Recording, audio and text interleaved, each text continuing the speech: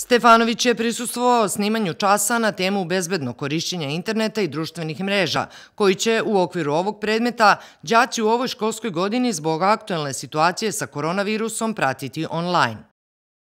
Drago mi je da vidim da projekat koji sam inicirao pre 3 godine ima svoj pun zamah i gde policijski službenici, preko njih 3000, danas aktivno učestvuju zajedno sa nastavnicima i sa roditeljima u edukaciji naše dece.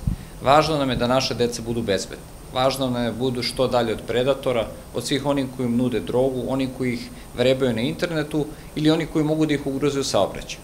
Isto tako nam je važno da naša deca shvate kako mogu da rade na sebi, kako mogu da budu bezbedniji i sigurnija i koje su to znanje i veštine koje su im potrebne da se sačuvaju i od požara i od poplava, kako da izbegnu sve one koji ih vrebaju na internetu, kako da zaštite svoje lične podatke.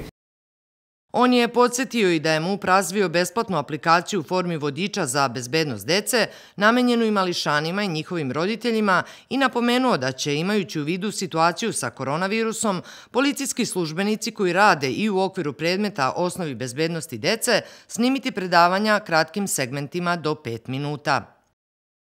Pripremili smo kao i uvek nastavu za 1., 4. i 6. razred. Vi ste danas imali prilike da vidite edukaciju o zaštiti naše dece na internetu za 6. razred i izuzetno sam ponosan na ozbiljan i odgovoran rad naših policijskih službenika koji ne žele svoj rad, koji ne žele svoju energiju da bi naša deca bila sigurna.